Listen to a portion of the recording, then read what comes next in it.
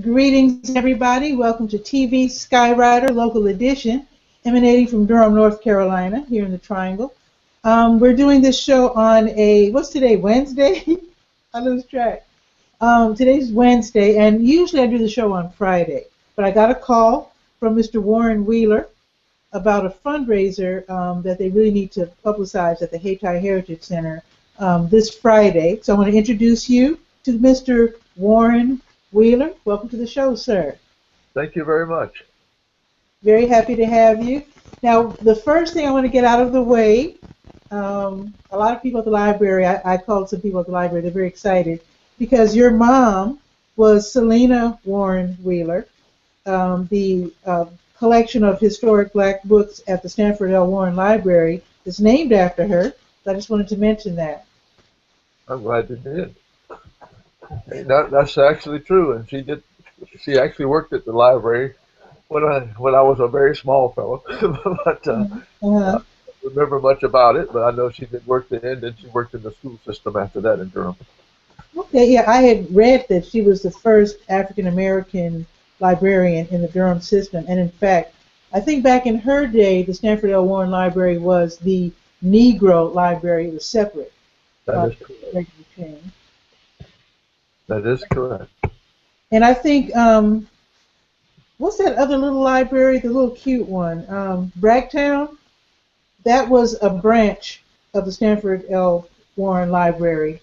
Right. They actually had other things going on. They had the bookmobile and all. Which I remember as a big van that went around and took the books to different places where people couldn't get to the library and things like that. But I was really small. didn't know as much as I should know. But yep, she was quite a lady. Wow, I wish I had met her. But I just wanted to mention that. I didn't want that to go unacknowledged. But we're here to talk about you and your fundraiser. You told me that you're a retired aviator. I actually spent 28 years with U.S. Air and retired as a captain on a Boeing 767 and a 757. Whoa. So I actually got hired on Piedmont Airlines, which was then based in Winston-Salem, North Carolina, and that later merged with U.S. Airways. But that was in 1966 that I was hired. Okay. I don't think there were more than 8 blacks in the country on any airlines at that time. Where'd you get your training?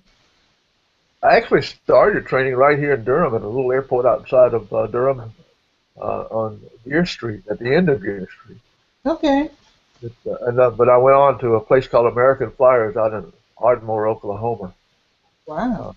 And that's where I got the commercial license and all of the commercial training. I came back to North Carolina and taught flying to students over at it was not officially part of the university, but it was at the university's airport, University of North Carolina at Chapel Hill. Wow. I did that for 5 years, and I flew charter flights at the same time. And then that was all before I got hired with U.S. Air, or Piedmont Airlines at the time. Wow. I remember doing a covered story on, I think it was called Lakeside Aviation School. It was at the same airport. That airport is now called the Lakeside Airport. It was called Wilkins Airport back then. Okay. I was really disappointed when they moved, though. They moved to another town, but I liked, well, the reason I did the story on that particular aviation school was that it was pay as you go. Yeah, that's a good plan, except the airport is not really intended for that now. It's a community airport, and it's not paved, which means this time of the year is virtually unusable for flight training. So there are other places around that are better equipped for flight training. Okay. And that's more for private pilot enthusiasts who various types of airplanes that who like to. They just enjoy flying, and that's a very enjoyable place to do it. Yeah. Well, when I did the story, the gentleman told me, he said, you can't write about it unless you go up in the air. And he actually put me in a 2-seater. Boy, was that exciting. Yeah. That was amazing. We flew over Durham at it seemed like we were just barely over the city. It was wonderful. It was so fun. Yeah, that reminds me of a funny story. They have a fly-in out in Oshkosh once a year. It's a big fly-in for home-built airplanes mostly. But I had the pleasure of flying out there one year on the state plane at Virginia, Uh-huh. Virginia with Governor Wilder. And Wow. one of the people flying the P-51, similar to the ones that the Tuskegee Airmen used, took him up for a ride. And they sit in front of each other. They really can't talk. He gave him a symbol, like a circle. Saying, Yeah. he thought it meant that you want to go around the field one more time. And what it really meant was that you want to do a roll. so, Oh my God. so he tells that story often. He wound That's, up going upside down in the airplane. He didn't expect it. So, oh wow. I don't think I would have handled that very well. well, he handled it well. He thought it was fun. Wow. So let's talk about that fundraiser. You said that there's something really big going on this Friday at the Hayti Heritage Center here in Durham. Well, what we're doing is we're trying to start a program. It's actually a STEM program, but it's an after-school STEM program to help introduce high school students to aviation as a possible career. And of course, my interest is in the flying part of it, but that doesn't exclude maintenance and engineering opportunities as well. And the students who are introduced when they come into high school at the ninth grade level will can experience an opportunity that they probably wouldn't be exposed to otherwise. And they may decide they want to go on and become professional pilots. And if that's the case, in the second and third and fourth year before they graduate, we'll actually get them into flight training. But in the meantime, we'll also expose them to opportunities in the maintenance and engineering areas, and take them on field trips and give them those opportunities. Boeing Aircraft Company has done a study estimating that over the next 20 years, there's going to be a shortage just in the U.S. of about 85,000 pilots. Wow. And nobody seems to be able to answer the question as to where these pilots are going to come from to fly the airlines. I can start training them now, right? Yeah. The shortage is even greater of maintenance engineers and technicians. That's over 100,000 expected. Well, that's the hot field then. That's going to be the hot field. They're talking about biotechnology, but aviation too. Then we need to add that to the list. Oh yeah, we're doing everything. We're exposing them to all of that. And there's places like up in Greensboro, we have a major aircraft maintenance facility. We're going to make sure they go up there and get introduced to the full side of the program, not just the flying part, but what it takes to get an airplane ready to fly, and how what it takes to keep it flying. So that is incredibly awesome. Now, this program. You may have a high school student who was interested in automobile mechanics, and all of a sudden he decides he'd like to be able to maintain airplanes. So a whole different field. That's brilliant. That is really brilliant, because I got a chance to do actually, I'm from Chicago, and when they were trying to close Meigs Field, when the mayor was trying to close the airport, the small downtown airport, they were trying to right on the water, isn't it? Yeah. Yeah, I've been in there. He did succeed in closing it, but Meigs Field, when they were trying to stay alive, they invited the media to come out and do a story on Meigs Field. And so I was the only person who showed up, because it was at the same time as the first Chicago Bulls NBA championship, which I didn't care anything about that. So I went to the, it's not that I didn't care, but I like airplanes. So I went to Meigs Field, and because I was the only one who showed up, they took me on a plane ride over Chicago. It was amazing. But the reason I'm mentioning that is because I'm responding to your saying that the young people interested in auto mechanics can move up to working on planes. I'm mentioning this because the plane that we flew in was a Ford. And they said back then the Ford Motor Company made cars and airplanes. What is it? It had 3 engines on it? I don't know anything. Probably was a Ford tri-motor. I have no idea. All I know is we were flying over the downtown buildings in Chicago. We flew all the way to Wrigley Field and back. It was amazing, absolutely amazing. But I'm just responding to your pointing out that being interested in auto mechanics is great, but you look one step further, and I would think that working on airplanes would be more lucrative, right? Well, there's a bigger shortage expected in that category than there is in the pilot category, but Okay. Mm-hmm. so, lots of pilots like to do both, but generally speaking, the pilots like to fly and mechanics or technicians like to work on airplanes. Uh-huh. Uh-huh. Okay. It's two separate opportunities.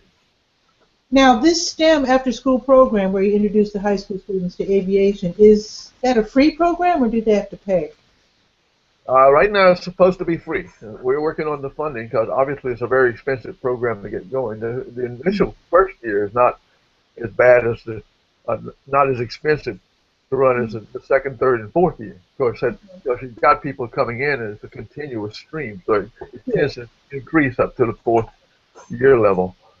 But Well, no, we're not planning. We're not at the moment Uh-huh. planning to have them pay. Although we may have to institute some program where those who cannot afford it won't have to pay, and those who can afford it will have to pay part of it, but not all of it. Because the reason we're starting the program is because it's very expensive to learn to fly, and that keeps families and children from being able to start the process. Sure. Because of expense. Of course, once you make it, it's a high-paying job, for sure. Yeah. Yeah. So tell us about the fundraiser because I don't want to lose track of that. So it just so happens that some of us have been working on a CD music, and one of the pilots is also a trumpet player, a fellow named Tom Brown, who people may remember. There's a song, a very famous song called "Bucking for Jamaica," which is not the island of Jamaica. That's Jamaica, Queens, New York. Exactly. And he's one of the instructors and one of the people on the board, and he's also in the show where we're using music to sort of introduce the idea of the flying program. Love it. Love it. It's an opportunity to take advantage of what we both do. Okay, so it's a live concert. Yes, it is. Okay, and it's going to be 7:30. Yeah, I tell people I'm going to play some music too, but I'm not the professional musician. Okay. I'm a professional musician and a professional pilot, which I'm jealous. Amazing. What is the so this is a fundraiser. So what is the admission fee? It's 25 in advance, 28 at the door. Okay. And so this is going to be mostly jazz or what? It's a combination of, I call it inspirational music. Oh. It's jazz, but we're doing jazz versions of some hymns and some things like that. And there's other music that's been written that talks about children. Mm-hmm. It's a combination of things of that type. Nice. Do you happen to have the phone number on hand that people can call? Sure. It's 919-523-7094. Okay, say that one more time. 919-523-7094. Okay. But at this point, if you're interested in the program, as far as getting tickets, I'll just take your name down and you'll get the lower price when you check in at the door, but you'll have to buy it at the place. Not really a lot of time to get the ticket in advance now. Right, I understand. So you're allowing them to get the advance price. If they just call, I'll put their name on the list, and when they check in at the door, they'll have their name, and they'll give them that price instead of the on-site. They'll get the advance price instead of at the door price. Okay. Now, for those of us who are really interested in this aviation program, how can we keep up with your progress? Well, we're working on a website, and it'll be up shortly, but it's under the name of Aerolina Music and Flight Support Incorporated, which really is a nonprofit that actually sponsors the program under a nonprofit name. So I'm assuming Aerolina is AIROLINA? Right. It has to do with air, and it has to do with the fact that it's in Carolina. So that's the two names. It should have been Aero, AERO, as most aviation people would.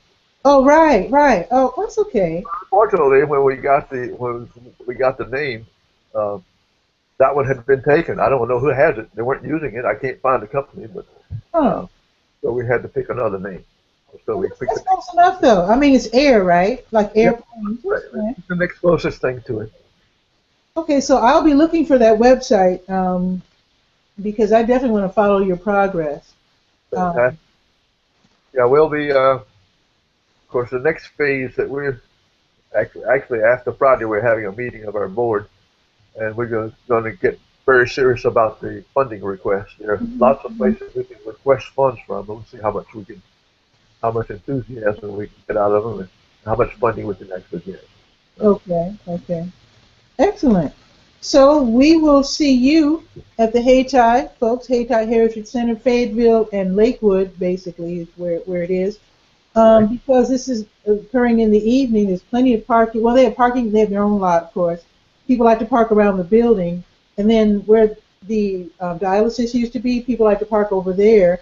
You can also park across the street at the shopping center. Yes. So Hopefully, it'll. I if I thought it was going to be a full crowd, I would try to have some transportation from that shopping center back up to the building. It's a bit of a walk, but the weather's supposed to be good. oh, I okay, okay. saw the forecast today. I think the temperature is supposed to be almost 50, and it's supposed to be no rain. So Awesome. Okay, good night to come out. okay. So And with that, there's something to do before Sunday where everybody will be watching the Super Bowl. So, oh yeah, I forgot about that little event. so maybe the guys can take the wives out. Yeah, on So they can Friday to all butter out them. have Sunday to themselves. Exactly, exactly. So with that, Mr. Warren Wheeler, thank you so much for being on TV Skywriter Local Edition. Okay. I hope that I was able to transmit to people what the concerns are and the opportunities are, and hopefully they'll follow it and help us take advantage of it and help some young people get into it. Well, our theme is that we want 10 years from high school to the cockpit of an airline. Okay, That's that's what okay. we're trying. 10 years from high school to the cockpit. Right. It's kind of a long time, though, isn't it? It sounds like a long time. It's going to take that long. It really does. Because they're now requiring a college degree, which means they're going to have to leave high school and go 4 years in college, and then they're going to have to come back and get experience. They have to have 1,500 Oh, hours right. to be hired. Exactly, because they count the number of hours that you're in the air. Right. Um, 1,500 hours is quite a lot of time. Hopefully, there'll be programs that we can come up with after they have their licenses where they can be paid to do the flying to get the experience. So we're working on all of that as part of the program.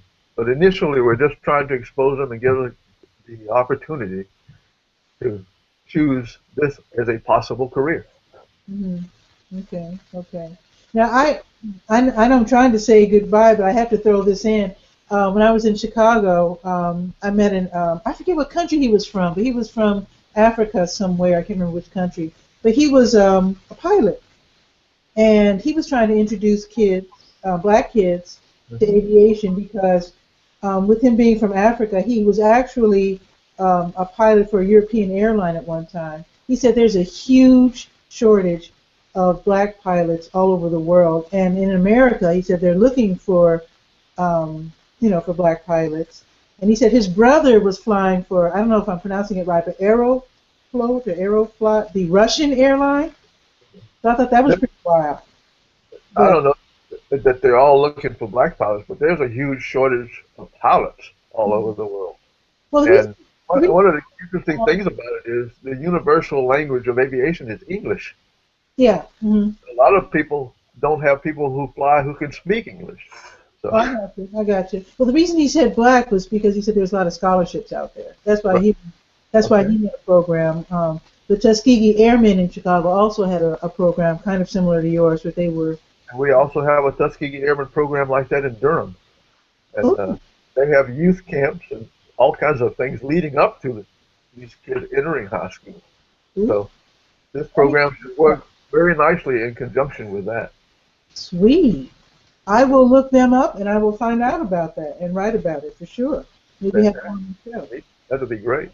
Okay. Well, thanks again, Mr. Warren Wheeler, for being on the show. Well, thanks for having me. Okay. And look forward to seeing you on Friday night. So that's Friday, 7:30 p.m., Hayti Heritage Center, Fayetteville and Lakewood. Live jazz, live inspirational music. Tickets $25, $28 at the door. If you call Mr. Wheeler, I have a little intermission and some hors d'oeuvres and things that you can buy, and some CDs that you can purchase. So. Okay. So call Mr. Wheeler, get your name on the list for the lower price.